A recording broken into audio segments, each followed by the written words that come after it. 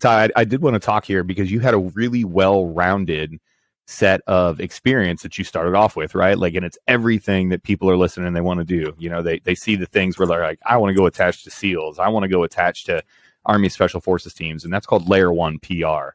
And then you talk about the fixed wing mission and having that ability to have a jump mission or really go a really long distance in order to get to a survivor or in order to get to a problem set.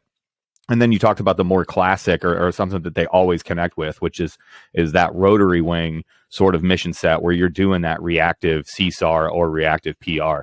I just kind of want to open that conversation and talk about how multifaceted PJs are, because people always ask us, you know, what's better, ST or rescue, or which mission set is better. But, you know, you as an instructor of the schoolhouse, you have to teach people to be good at all of those things, you know, kind of as a baseline. So I'll start with this one. What was your favorite mission set, you know, whether it be from a deployment or whether it be from, you know, just a single, you know, contingency thing? Like what was your favorite thing to do, you know, when you were on the road for those 200 days a year? So my favorite thing to do, I think, is pretty much everybody's, which is the wind tunnel. So always a great time. Everybody has a great time going to the wind tunnel. See, that's what I'm saying. It's the ultimate bros trip. It really is. So I think that's pretty much everyone's favorite thing to do. But for like deployments or anything like that, I got attached with the Army. And so just headed out the door with them. I was out there for like 105 days or something around there, whatever their normal rotation cycle was. And I loved that because I was in charge of just me.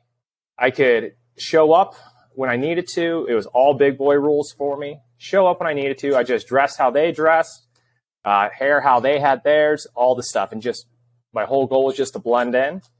But all I had to do is just show up whenever they needed me. So I'd be there. Other than that, I could go lift with them. I could go train with them, anything like that. Accountability pretty much wasn't there unless I was missing anything.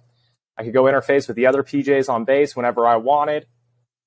And so it was just a pretty low stress environment where you always hear about like additional taskers for things. There was none.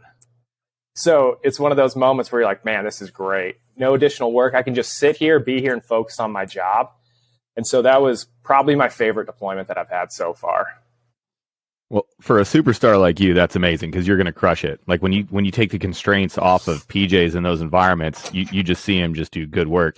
Terrifying for somebody that doesn't want to be there, though. I'm hearing you talk, and I'm just like, no, oh God, no accountability. You're like, you need the right guy for that. You know, some guys ain't the right dudes, and I'm of course talking about myself. So that we got